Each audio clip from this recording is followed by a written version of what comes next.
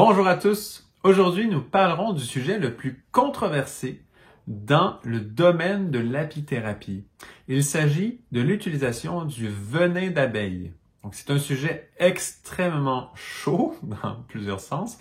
Mais pourquoi donc c'est si controversé et pourquoi c'est un sujet si chaud, là, si délicat à aborder? Simplement parce que dans plusieurs pays, son utilisation du venin d'abeille est illégale. Parce que, bien sûr, souvent, le venin d'abeille va devoir être injecté. Et une injection, c'est quand même un geste souvent qui va être réservé par le monde médical, très compliqué d'arriver à faire une injection légalement dans plusieurs pays. Ça inclut bien sûr là où c'est illégal, l'utilisation des injections de venin d'abeille, eh bien, que ce soit par l'abeille directement elle-même ou par injection par seringue, par un médecin, eh bien, ça va être illégal au Canada, en France et dans plusieurs autres pays du genre là qui ont des législations de type un peu comme occidental c'est quand même illégal dans la plupart de ces pays-là. Et donc, ça fait que on peut en parler que très rarement. Il faut toujours beaucoup se surveiller sur ce que l'on dit. Donc, un sujet très chaud dont peu vont parler finalement, peu vont oser parler. C'est quand même un sujet qui est plus abordé chez nos voisins des États-Unis. Moi, je suis au Canada, là. Donc, chez nos voisins aux États-Unis. Et c'est quand même un sujet plus abordé simplement parce qu'il y a eu quelqu'un là-bas qui a travaillé beaucoup avec le venin d'abeille. Il s'appelle Charles Mraz. Donc, lui est très connu pour tout son travail sur le venin d'abeille. Il a soigné des centaines de personnes. Vraiment, il a fait un grand travail. Et du coup, la Société d'apithérapie des États-Unis, la Société américaine d'apithérapie, eh bien, elle est beaucoup basée, en fait, sur l'utilisation du venin d'abeille principalement grâce, en fait, au travail de Monsieur Charles Mraz, justement. Et donc, d'ailleurs, lors de Apimondia 2019, qui s'est déroulé à Montréal, eh bien, il y a eu un award qui a été créé, ça s'appelle le Beck Award. C'est le docteur Bodog F. Beck qui a été honoré. Son nom a été attribué à ce award qui a été créé pour Apimondia. Donc, le premier award a été donné à Montréal, justement, à M. Charles Mraz. Et donc, lui avait déjà quitté ce monde à ce moment-là. Donc, c'est quelqu'un de sa famille qui a reçu l'award, mais quand même, donc son travail sur le venin est quand même reconnu à un très haut niveau. Donc, celui qui a créé ce award, ça c'est très intéressant quand même comme sujet de voir qu'il y a déjà un award qui est décerné à Apimondia, juste pour quand même comprendre là, c'est le rassemblement le plus gros au monde, en tout cas du côté occidental. Je crois que du côté oriental, il y en a peut-être un autre qui peut rassembler un peu plus de gens, mais quand même à un niveau mondial, c'est vraiment un énorme rassemblement autour de tout ce qui se fait sur les abeilles, surtout au niveau scientifique. Donc, il y a il y a 7 comités scientifiques, donc beaucoup de conférences scientifiques sont données pendant plusieurs jours pendant un Apimondia. Il y en a un à tous les 2 ans. Donc, voilà, c'est quelque chose qui a eu lieu à Montréal. C'était quand même très rare. Ça a eu lieu en 2019. Et juste pour dire que d'un événement comme ça, qui inclut pas juste l'apithérapie, mais tout au niveau de la santé des abeilles, de tous les sujets autour des abeilles au complet, c'est vraiment un gros rassemblement, là.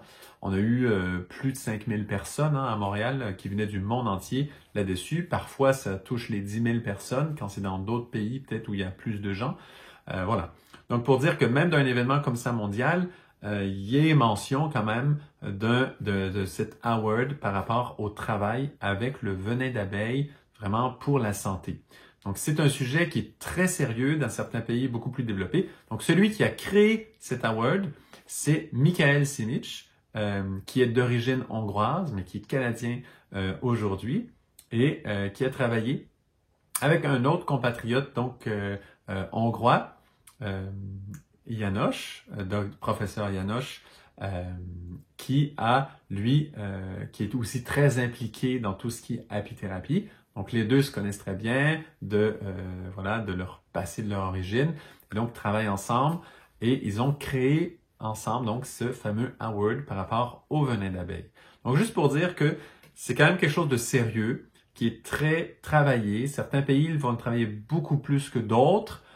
juste pour dire, par rapport au venin d'abeille, moi je connais par exemple un vétérinaire qui utilise le venin d'abeille dans pratiquement tous ses traitements. Lui, c'est un docteur vétérinaire en Colombie et donc qui utilise ça énormément. Et donc pour certaines pathologies, ça va être extrêmement intéressant. Encore une fois, dans la plupart des pays occidentaux, ça ne sera pas légal. Donc il y a des grandes limites. Et comment l'utiliser, tout ça. Je ferai d'autres vidéos, bien sûr, sur le venin d'abeille. Pour l'instant, c'est comme une petite introduction sur le sujet. Puis je voulais vous nommer un peu pour bien comprendre à quel point c'est sérieux. Donc, celui qui a créé justement cet award, le Beck Award, par rapport à le travail, puis la découverte et la recherche faite sur le venin d'abeille pour la santé en apithérapie, eh bien, ce monsieur Michael Sinich, eh bien, lui, comme il est maintenant canadien et qu'il travaille beaucoup sur le venin d'abeille, ben lui, pour arriver à des formes qui vont être légales, a travaillé beaucoup sur des crèmes au venin d'abeille. Donc, il y en a une, d'ailleurs, que je peux vous montrer, qui c'est fait au Canada. Donc, c'est un très bon produit. Voilà, c'est la crème Venex. Donc, ça, c'est une option qui va être légale, puisque les injections ne sont pas légales dans le pays. Eh bien, lui, il a développé, entre autres, ce produit-là. Il a développé beaucoup de produits. Il a travaillé beaucoup avec ça.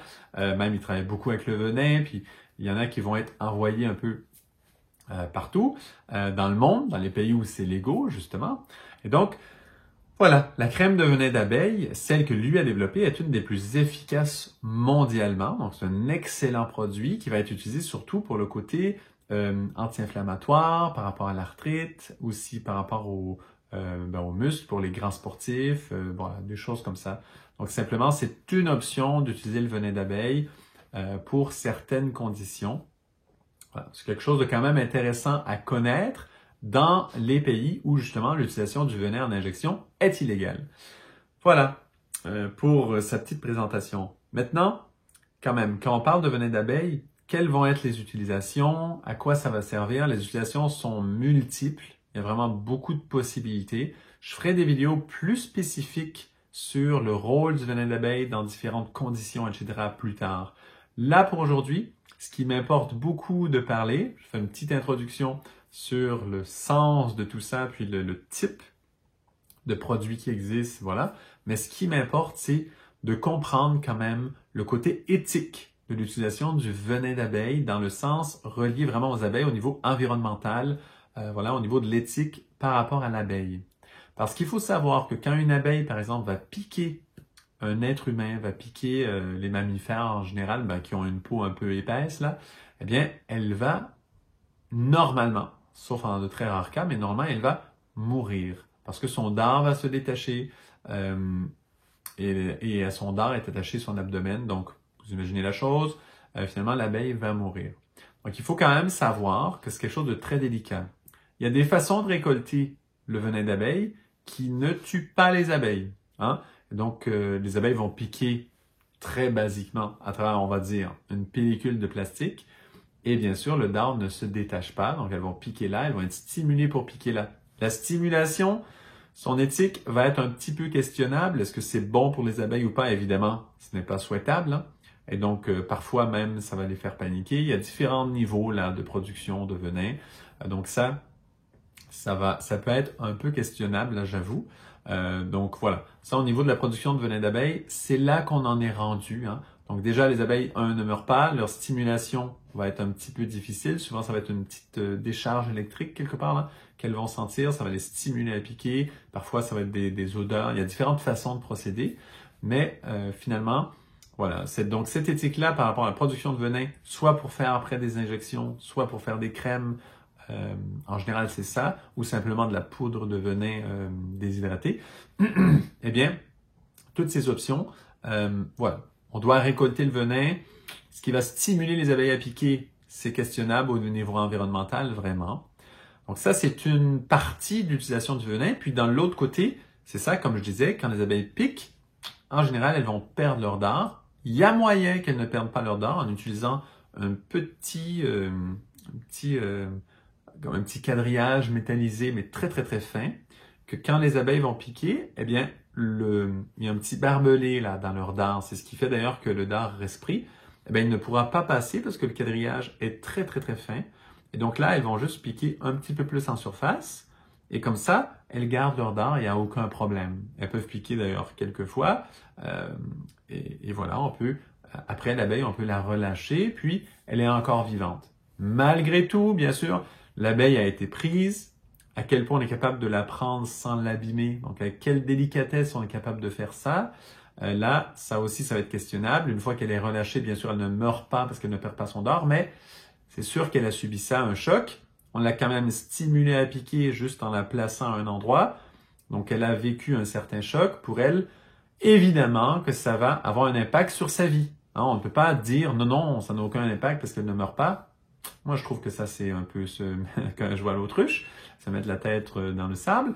Mais voilà, donc il y a quand même cette technique qui existe si on ne veut absolument pas que l'abeille meure à ce moment-là. Donc, qu'est-ce qu'elle pourra faire après? Ça, c'est une autre question, parce qu'en plus, on l'a pris de la ruche, on l'a pris de quelque part. Est-ce qu'elle sera en mesure de retourner, de vivre une vie normale, tout ça? Ça, c'est une autre question.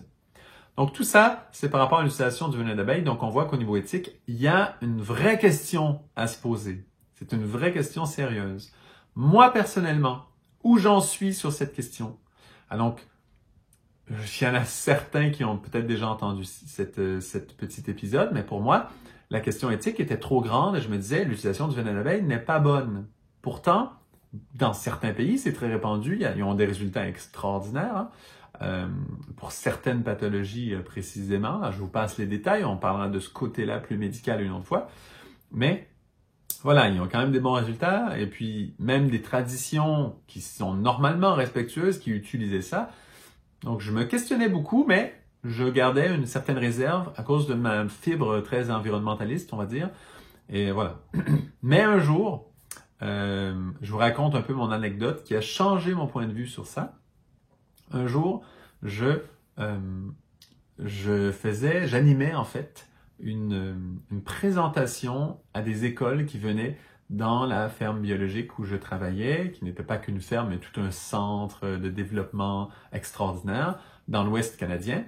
Et là, je m'occupais de cette espèce de visite guidée extraordinaire. Franchement, c'était très bien fait, ils adoraient, c'était très vivant, c'était magnifique. Faire ça, j'ai beaucoup aimé.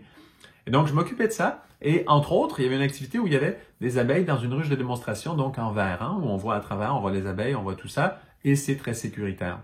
Donc, le matin même, j'allais chercher des abeilles, je les mettais dans cette ruche de démonstration, je l'apportais, on avait un tipi, là, ou un yourte, etc. On choisissait un peu ce qu'on faisait, là, il y avait toutes sortes d'options.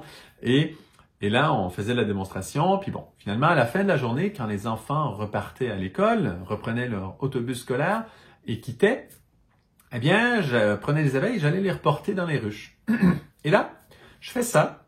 Et j'étais en short parce qu'il faisait beau. Et bon, quand il fait beau, grand soleil, pas de grand vent, les abeilles sont tellement calmes. Donc, je vais directement aux ruches. J'ouvre la ruche. Pas très peur de me faire piquer parce que bon, ça va. C'est un jour très beau, ensoleillé. C'est très correct. Et donc, je suis là en short, tout ça, très ouvert. Et je remets les abeilles dans la ruche initiale. Comme tout va bien, j'ouvre quelques autres ruches et je regarde quelques petites inspections que j'avais à faire dans certaines ruches, à cet endroit-là, dans ce rucher précis. Et je referme tout et ensuite je pars. Et en m'éloignant du rucher, à environ 10 mètres du rucher, il y a 5 abeilles qui viennent et qui vont me piquer sur la jambe, un endroit très précis. En fait, j'avais une varice qui s'était développée là, et qui m'inquiétait. Ça faisait vraiment une douleur lancinante très désagréable depuis un petit temps. Et là, 5 abeilles me piquent tout juste autour de cette varice et une dessus carrément. Et sinon, vraiment juste autour, un tout petit point là, vraiment très précis. Évidemment, ces abeilles sont mortes, hein, parce que là, le dard s'est pris dans ma peau, elles sont reparties et ça s'est détaché. Voilà, les 5 abeilles sont mortes. Moi, sur le coup, ça m'a fait un peu mal, mais étant apiculteur, ça va, hein, on en a vu d'autres. Mais ce qui m'a impressionné quand même, c'est que dès le lendemain, je n'avais déjà plus de douleur, d'ailleurs, j'en ai jamais eu, et la bosse que ça avait créée avait réduit énormément. Et donc, étant apiculteur, moi, les piqûres, ça va, là, j'ai pas d'allergie, tout va bien, je suis très habitué, donc pour moi, c'était pas un trop gros choc, c'était surtout impressionnant qu'il y ait des abeilles qui auraient pu me piquer n'importe où avant. N'importe où, hein. J'ai passé 45 minutes au rucher au moins. et qui auraient pu me piquer à n'importe quel temps. En plus, là, je les dérangeais dans leur ruche un petit peu quand même. Et donc, elles auraient pu me piquer à ce moment-là, mais non. Quand tout était rangé, toutes les abeilles étaient calmes, je m'éloigne et là, 5 viennent me piquer là. Là, pour moi, ça a été un déclencheur. J'ai vu, OK, ces abeilles se sont sacrifiées pourquoi en fait? Pourquoi elles ont piqué exactement là? Pour me soigner? Et là, c'est subtil parce qu'on se dit, qu'est-ce qui a pu déclencher ça? Est-ce que les abeilles sentent qu'il y a une distorsion magnétique reliée à une disharmonie dans mon corps à cet endroit-là et qu'elles sentent ça et ça va les exciter, elles vont piquer là? Est-ce que c'est ça? C'est une hypothèse complète, hein? Aucunement prouvée. Est-ce que elles veulent simplement me guérir? D'où ça sort qu'elles ont piqué 5 abeilles à ce moment-là, très improbable, dans un endroit aussi très improbable, surtout tout ensemble au même moment, alors que j'étais déjà loin du rucher. Alors pour moi, ça m'a vraiment ouvert un petit peu mes horizons et j'ai creusé davantage. Et surtout, une chose importante pour moi a été de considérer non pas une abeille comme un individu, mais une ruche, on parle des abeilles à miel, hein, mais une ruche comme un individu qui a plusieurs cellules, qui sont toutes les abeilles.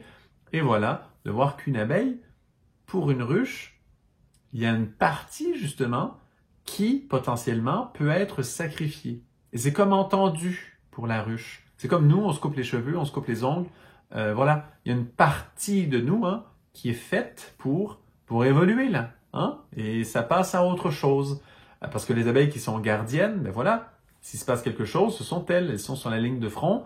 Dans la ruche, ce sont elles qui vont aller défendre la ruche. Donc elles vont piquer. Si ce sont des mammifères, des moufettes, des ours, des souris ou quoi que ce soit, c'est elles qui vont piquer, et bien sûr, elles vont mourir. Et c'est un peu prévu comme ça. Et de voir que quand une abeille pique, ce n'est pas nécessairement la fin d'une vie comme telle, parce que c'est la ruche qui représente une vie. Ça peut sonner peut-être froid, mais pour certains, mais parce qu'on est on est très programmé à penser qu'une abeille, c'est un être vivant.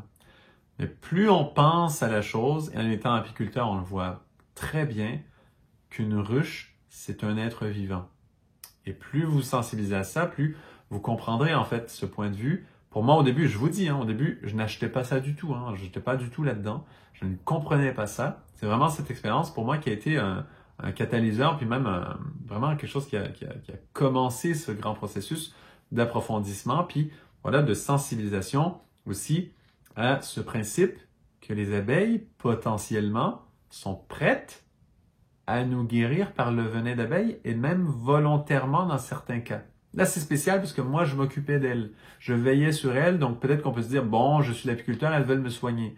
Maintenant, comment dire que les abeilles voudraient aussi soigner d'autres personnes? Eh bien là, la question est ouverte et bien sûr, c'est un mystère. Qui pourrait dire, je sais exactement la réponse? Ben là, évidemment, on ne peut pas nécessairement dire qu'on connaît la réponse, mais ça demeure quand même une question ouverte. Est-ce que les abeilles veulent vraiment soigner une partie, on va dire, de l'humanité? Parce que bien sûr, le venin d'abeille, c'est pas une panacée universelle. Ça va aider dans certaines conditions, mais pas pour tout. Là, je ne vais pas nommer les détails, parce qu'il y en a beaucoup de détails. C'est compliqué. Il y a beaucoup d'études qui ont été faites quand même sur le venin d'abeille pour rassembler tout ça. C'est tout un travail. Hein. Et donc, ça demeure quand même une question ouverte. Moi, je sais qu'il y a beaucoup d'apiculteurs qui ont été soignés par le venin d'abeille, un peu comme moi, hein, de cette façon. On en a entendu nous plein à travers le temps des histoires d'apiculteurs qui se sont fait soigner, qui ont été guéris, à travers Charles Mraz que je mentionnais au début de la vidéo. Lui a travaillé beaucoup avec ça.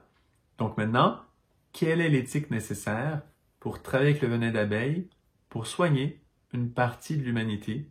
Qu'est-ce que l'on doit donner en échange aux abeilles? Parce qu'il y a un échange qui doit arriver là. C'est un échange en fait. Si les abeilles nous donnent, sacrifient certaines, si une ruche sacrifie certaines de leurs abeilles, de ses abeilles, pour soigner certains êtres humains, qu'est-ce que l'on doit offrir, nous, en échange aux abeilles pour que l'éthique soit respectée, pour que cette relation entre l'être humain et l'abeille puisse évoluer harmonieusement? Bien sûr, ça inclut des choses comme cesser les pesticides, c'est super important. Ça inclut des choses comme planter des plantes vraiment mellifères pour vrai. et faire attention aux habitats des abeilles, à tout l'environnement autour des abeilles, bien sûr, ça inclut tout ça. Donc, vous voyez comment l'apithérapie souligne la forte relation entre les abeilles et l'être humain. Et de quoi, premièrement, on peut bénéficier en tant qu'être humain? Et qu'est-ce qu'on peut donner en échange aux abeilles pour que cette relation reste harmonieuse, reste belle, et en fait, non seulement qu'elle demeure belle et harmonieuse, parce que pour l'instant, elle l'est qu'à moitié, moi je pourrais dire, mais plutôt qu'elle grandisse, qu'elle s'embellisse et que ça devienne vraiment un élément clé dans l'avenir de notre belle planète. Donc voilà. Sur ces paroles, je vous laisse réfléchir au sujet. Pour moi, vraiment, c'est très profond et les réponses rapides de surface ne m'intéressent pas beaucoup parce que ça demande réflexion, tout ça. Faut pas juger d'un côté ou de l'autre. Bien sûr qu'on peut le faire ou bien non, on peut pas le faire. Non, non, c'est profond. On parle de la relation de l'être humain avec cette, on pourrait dire comme les abeilles comme telles, donc un peu comme l'esprit des abeilles ou la force on dit, il y en a qui nomment l'âme groupe des abeilles ou cette force des abeilles, comment cette relation va se poursuivre et pour que ce soit fait de façon saine, qu'est-ce que l'humanité a à gagner? Qu'est-ce que cette force des abeilles a aussi à gagner dans ça? Parce que si elle le fait naturellement, comme dans le cas où je vous ai raconté par rapport à moi-même, si elle le fait déjà naturellement, c'est qu'elle a quelque chose à y gagner, elle a un intérêt quelque part, il y a un échange qui existe sur un certain plan. Et donc, comment entrer dans tout ça? Évidemment, ça prend toute une éthique pour faire face à ce sujet et le potentiel est vraiment immense. Parce que moi, je vous dis, si vous considérez ces notions bien comme il faut et que vous devenez apiculteur vous-même, avec cette conscience, ce respect, la compréhension aussi des possibilités par rapport à la santé qu'une ruche peut vous apporter. Puis, il n'y a pas que le venin, hein. Bien sûr, on a parlé déjà du pollen, de la propolis, du miel, de la gelée royale, tout ça. Les potentiels sont gigantesques. Devenir apiculteur, comme je disais dans une autre vidéo, c'est carrément avoir une pharmacie, mais aussi un supermarché, un garde-manger dans la cour arrière. Et donc, vous voyez que c'est tout un travail qui peut être fait. Et par rapport au côté vraiment de la légalité et des dangers par rapport au venin d'abeille, bien sûr, il faut se former, il faut bien connaître, puis pas se former qu'à moitié, là. Vraiment, si vous ne savez pas comment vous former, demandez dans les commentaires des informations. Je vous enverrai la meilleure possibilité dans le pays où vous vous trouvez, la meilleure possibilité possible pour se former. Moi, je suis très impliqué là-dedans, je suis quand même...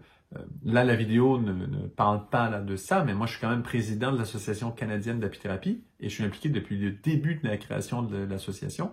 Donc, c'est vraiment mon domaine. Si vous avez des questions là-dedans, je vais pouvoir vous indiquer, dans le pays où vous êtes, la meilleure possibilité pour vous former, qui est connue au niveau mondial pour le moment. Voilà. Donc, c'est quand même quelque chose de très grand. Il y a toute une relation à la nature qui se développe. Et ce sujet du venin, c'est lui qui pousse ça dans ses plus grands retranchements. On sait que tous les autres produits de la ruche étant légaux dans les pays occidentaux, sont beaucoup plus faciles à utiliser, beaucoup plus larges. Il y a souvent aussi plus d'études, surtout sur la propolis. Mais là, sur le venin, c'est tout spécial. C'est vraiment rentrer dans le cœur, un peu l'intimité de cette relation entre humains et abeilles. Donc voilà, je vous laisse juste ouvrir le sujet aujourd'hui.